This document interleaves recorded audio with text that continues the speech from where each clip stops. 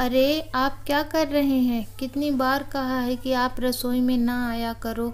वैसे भी अम्मा और पप्पा जी आए हुए हैं गांव से। अम्मा देख लेंगी तो बेमतलब बातें बनाएंगी। अपने पति रवि को रसोई में देखकर प्रिया चौंक कर बोली, इसमें क्या हुआ भला? तुम्हारी तबीयत ठीक नहीं थी रात को और आज मेरी छुट्टी भी है, तो मैंने सोचा लाओ बर्तन मैं ही धुल देता हूँ। सहजता से रवि ने प्रिया को समझाया। अरे जैसे तैसे मैं कर ही लेती ना, आपको यहाँ नहीं आना चाहिए था। अब जाइए आप, वरना बात का बतंगड़ बन जाएगा। गुस्सा करते हुए प्रिया ने कहा, अच्छा ठीक है, तुम ही धुल लो बर्तन। मुझे ये बता दो कि कौन कौन से कपड़े धुलने हैं, वो निकाल के रख दो तो मैं मशीन से धुल देता हूँ। मदद करने की कोशिश करता हुआ रवि बोला, अब ये क्या है? अभी तो समझाया ना मैंने आपको कि अम्मा बप्पा आए हैं, फिर भी समझ नहीं आ रहा है आपको? भौहें सिकोड़ते हुए प्रिया बोली, अरे पर मैं तो ये हर छुट्टियों में करता हूँ, और वैसे भी मशीन में ही तो डालने होते हैं, कौन सा हाथ से धुलने हैं। मुस्कुराते हुए रवि ने कहा, कुछ भी हो, आप अभी कुछ नहीं करेंगे, सब मैं कर लूँगी। मैं नहीं चाहती सब मुझे एक बुरी बीवी समझे। इतना कहकर प्रिया खुद बर्तन धुलने लगी। तुम भी ना पता नहीं कितना ज़्यादा सोचती हो। कोई कुछ नहीं सोचेगा, और सोच भी लेगा तो क्या फ़र्क पड़ता है? मुझे तो पता है ना कि तुम क्या हो और कैसी हो।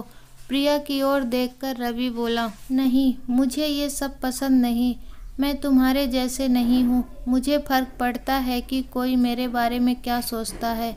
इसलिए जाइए आप उन लोगों के साथ बैठिए, मैं सारा काम अकेले ही कर लूँगी, और वैसे भी कुछ ही दिनों की बात तो है।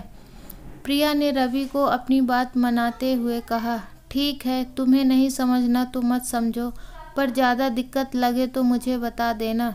दिखावे के चक्कर में और बीमार मत कर लेना खुद को। इतना समझाकर रवि रसोई से बाहर जाने लगा। नहीं आप चिंता मत करो, मैं संभाल लूँगी सब। प्रिया प्रिया, लो मैं ये पनीर वगैरह ले आया, इसे फ्रिज में रख दूँ या फिर ये भी तुम्हें खुद ही करना है? प्रिया प्रिया कहाँ हो? रसोई के पास जाते ही रवि ने चुटकी लेते हुए कहा, मैं यहाँ बेडरूम में हूँ। बेडरूम से आवाज़ लगाकर प्रिया बोली, अरे क्या हुआ तुम्हें? तुम ठीक हो ना? चिंता करते हुए रवि बोला, कुछ नहीं हुआ, वो मैं रसोई में थी तभी चक्कर से आ गए, तो अम्मा मुझे यहाँ लेकर आई। अब बेचारी खुद ही सब काम कर रही हैं। रवि, मैंने बहुत कोशिश की कि मैं एक आदर्श बहू और आदर्श पत्नी बन के दिखाऊँ।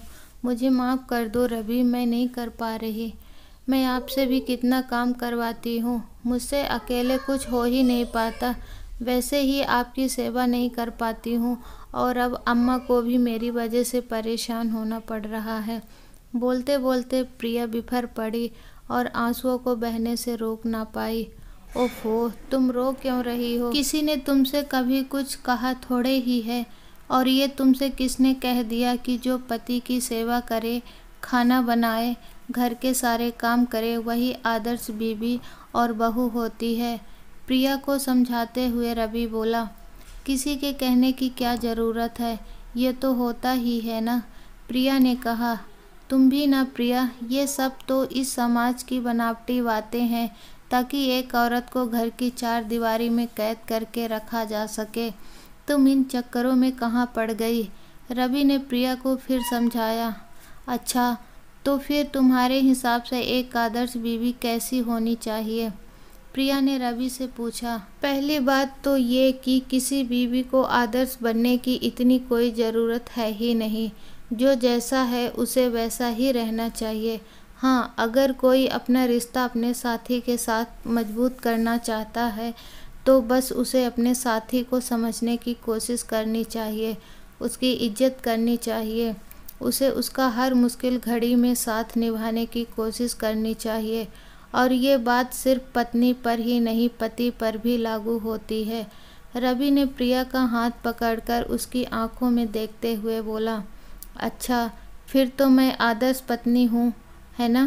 आंखों में झिलमिलाहट लिए प्रिया बोली, हाँ हो तो, बस एक कमी है। मुंह बनाते हुए रवि बोला, क्या कमी है? चौंकते हुए प्रिया बोली, जब तुम रोती हो ना तो तुम्हारी आंख से कम और नाक से ज़्यादा पानी निकलता है। चुटकी लेते हुए रवि ने कहा, छी कितने गंदे हो आप, जाओ मैं आपसे बात नहीं करती। मुंह बनाकर प्रिया बोली। हा हा हा। रवि और प्रिया दोनों ज़ोर से हंस पड़े। अच्छा तुम आराम कर लो, मैं भी जाता हूँ रसोई में अम्मा की मदद करके मैं भी थोड़ा आदर्श बेटा बनने की कोशिश करता हूँ।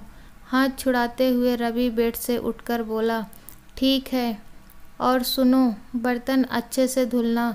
इस बार प्रिया ने चुटकी लेते हुए कहा, जी मैम साहब। अब जाऊँ मैं? मुस्कुराते हुए रवि ने जवाब दिया, हाँ जाओ। अच्छा सुनो, अब क्या हुआ? I love you. प्यार भरी नज़रों से देखकर प्रिया बोली, आई लव यू टू। प्यार से रवि ने भी मुस्कुरा के जवाब दिया।